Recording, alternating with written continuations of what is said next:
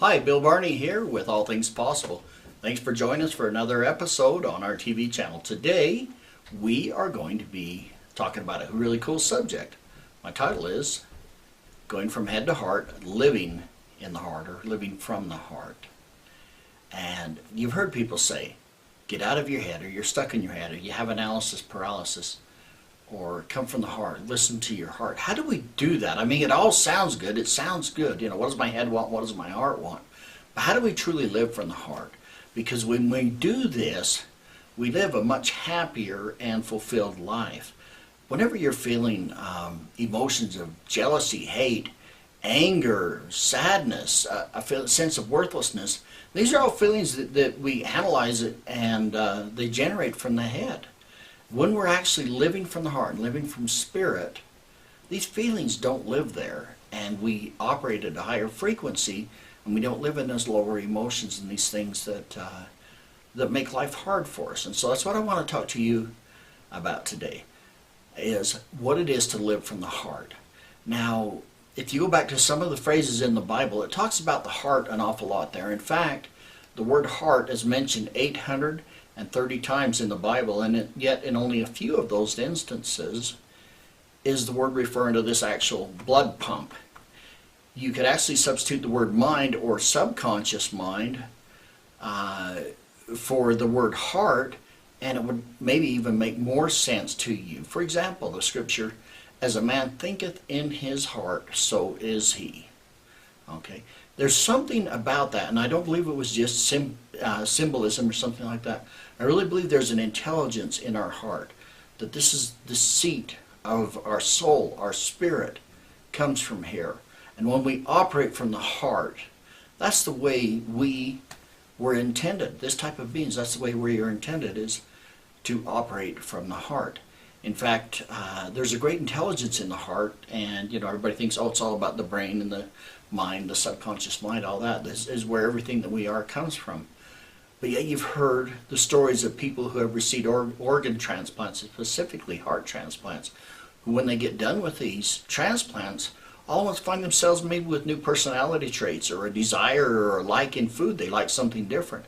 That seems to be something new for them, and when they can trace that back to the donor, they will find out that those were attributes and traits of the donor, that intelligence comes with that heart that comes through. And so, yeah, when we can operate from the heart, we're doing so much better. Through the 80s and 90s, there was a lot of movies that come out, science fiction movies, with a common theme of computers or computerized machines taking over the world. Some of the great ones you may remember were Terminator, the whole series of Terminator, Tron, War Games, The Matrix, iRobot, Space Odyssey. There were so many of these movies, and they were great movies, and it was fun science fiction to pretend. But I believe there was a real fear at the time, because that was just when we started to have these computers accessible to each of us in our homes, and they could do such amazing things. There was a lot of worry that our computer's going to start thinking for themselves and take over the world, and hence this whole genre of science fiction movies was spawned, and we had all these great movies from it. Well, we know that's science fiction, that's pretending, that's for fun. I don't believe computers are going to get to that point. But in a very real sense and on a personal level, I think that's a battle that all of us are struggling with. And it's one of the things to overcome here in this life is the fact that our brains have taken over our hearts. And our brains are the computers. And our hearts are the spirits. So just like the computers would take over and run things for man on earth, who we really are, our spirit, who we really reside, this analytical thought processing brain takes over and starts running that. So how do you tell if your brain has taken over? Well, when you're stuck in the lower emotions. Any of these lower emotions, the things that you don't want to feel, and you're feeling that, anytime you're doing something you don't want to do, your brain is running the show. That's not your spirit. That's a good indication of that. Your brain is actually the world's finest supercomputer. Your subconscious mind can process 20 billion bits of information per second. 20 billion. That's a lot of information. It's the world's finest supercomputer.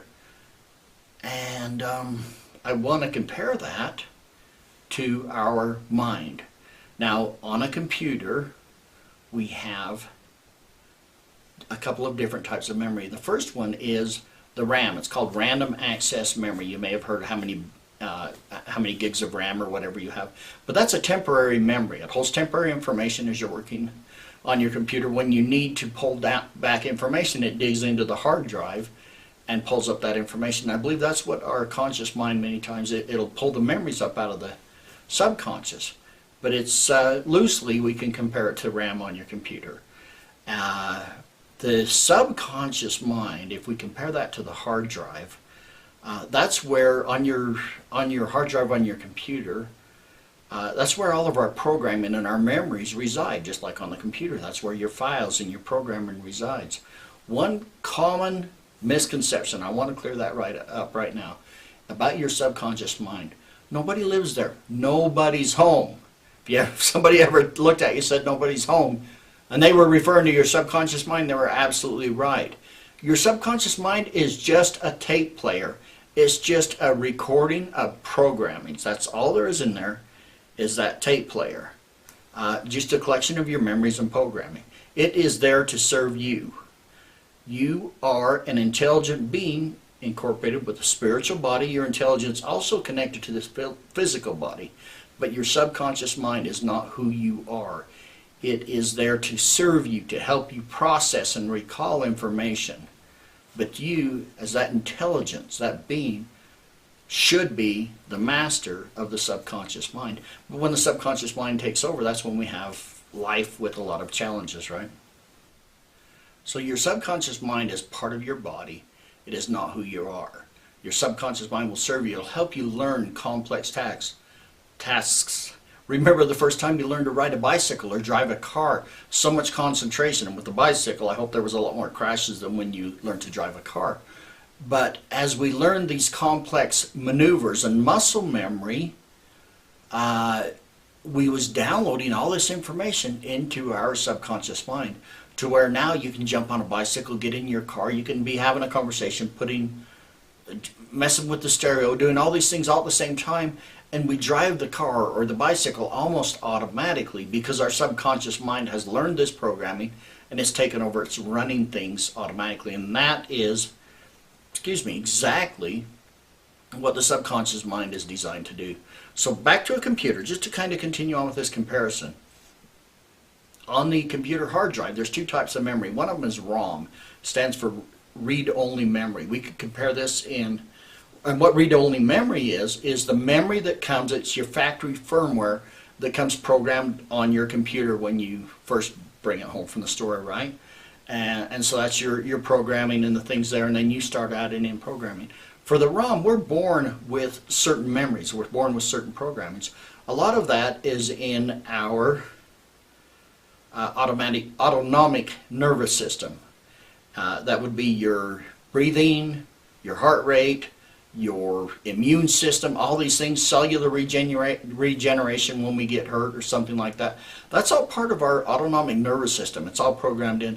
There's also some other memories that come programmed in, and sometimes these can be a little bit detrimental to us, but there's ways to heal them, and we'll get to that. But these are generational or inherited memories, and memories from before that don't belong to us, that came through at the moment we were conceived. And these memories might be fears, limiting beliefs, and such like that, but we're born with those memories, and that would be in a computer compared to our ROM, or the read-only memory. A computer has another type of memory that's called a programmable read-only memory. And what that is, that allows the user, the computer user, the common guys like us, to make changes and input information into the computer that becomes part of the hard drive software, that becomes part of the base programming for the computer, so it'll react in certain ways that we want it to.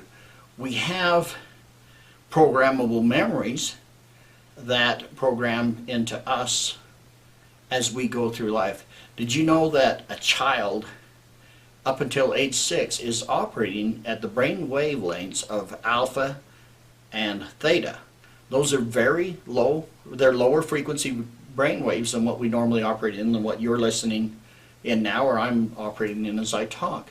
These are brain waves that we're in when we're under hypnosis. And a child up until age 6 is basically under hypnosis. So everything goes in without a filter. And so all of the memories all the experiences that a child had just goes in automatically, no filtering whatsoever. So when you have significant childhood events, this can be good programming, but a lot of times programming is misconstrued because children take things so literally because of the process that the brain is operating in. For example, that you can tell a child this fantastic story about this magical guy that wears a red suit and has a white beard and a big belly and flies around in the sky with 8 tiny reindeer and a sleigh, and he visits every single child on the earth in one night, comes down their chimney, whether or not they have a chimney, he comes down their chimney and leaves them the exact presents that they asked for, and he does this for every boy and girl in the world. Have you ever heard of a 3-year-old hearing that story and going, no, you know what, Mom, I just don't think that's true? Of course not. They just swallow that up. They go, wow, excited, and they start making their list, and you can actually get them to be good through the month of December, or at least a couple days before Christmas you can get them to be good, right? With this great story. And they just buy this hook, line, and sinker. And it isn't until they reach about the age of 7 or 8 that they start to process and they start thinking. They go, you know what? How does Santa really do all this? And they start analyzing, and then they start questioning this fantastic story. Well, incidentally, about 7 or 8 is when we start to operate in the higher brain wavelengths, which is delta, not beta, which is beta that we're in right now, or that we normally operate in beta. And that's to rationalize the thinking mind, right? So now consider the same child that every child that's been told the Santa story believed it for several years and had a great time with that story. And that's all fun. I think it's, for the most part, pretty harmless. Maybe some parental trust issues, but people deal with that in their own individual ways. But consider this same child, 4 years old, in the grocery store with Mom. They go through the candy aisle, and the child starts throwing a fit, begging Mom, Mom, I want candy, I want a candy bar, I want a candy bar, I want a candy bar. And, Mother, of course, gets embarrassed. She's frazzled. Her back is sore from pushing the cart, and she's a little bit short-tempered with this ill-mannered child who is now embarrassing her in front of the, here in the grocery store aisle. It's like, Mom, I want some. And she says, no, you can't have any. And, of course, what's the child's next question? Why, Mom? Why can't I have any? Well, Mom, in frustration, could say, you know what? Because I don't have enough money to buy candy, and you don't deserve any candy anyway, because you've been bad. Okay, and the child's like, does whatever it does, continues throwing the fit till it figures it's not going to get the candy, and they go on out the grocery store. Well, that automatically is programmed right into the child's subconscious mind. Mom's like, oh, finally, I got the kid to be quiet and to quit begging. But this child is now automatically accepted 4 new permanent programs. The first one is, it tells them that there's not enough money in the world. Second program, if there is enough money, there's not enough for them. And third, it tells them that they don't deserve good things in life. And the fourth thing they believe is they're bad. And they just take that in without filtering. Well, the child may never go back and think about this like they do the Santa story every year, but just as real, it becomes part of their programming. It becomes part of this programming that gets on their hard drive that programs and runs their life. So imagine this. We're trying to change, here we are, we're adults. We're trying to change our habits. We're trying to change our behaviors. And we're doing this through processes like declarations, goals, affirmations, and positive thinking. And those are good, awesome, keep doing them. But we're processing them in our conscious mind, hoping that it will bleed down into the subconscious mind, and it does work. There are more efficient ways, but it's tough to get it to overcome that. Here's the reason. The conscious mind processes information at 40 bits of information per second. The subconscious, again, processes at 20 million bits of information per second. I believe I said billion before. Let's change it to million, okay, if you remember that. 20 million bits of information per second. That's a disparity of, it's a big disparity. That's 500,000 times more powerful on the subconscious mind over the conscious mind. So if you've got one that's 500 times more powerful, 500,000 times more powerful, which one do you think is going to win if there's any conflict? The subconscious mind will win every time when we go on into automatic programming. And that's why it's so hard to give up addictions, to change behaviors, to change our thought patterns. And a lot of times we don't even know what those thought patterns are, what makes us behave the way we do, right? So now you've got the same child that threw a fit in the grocery store.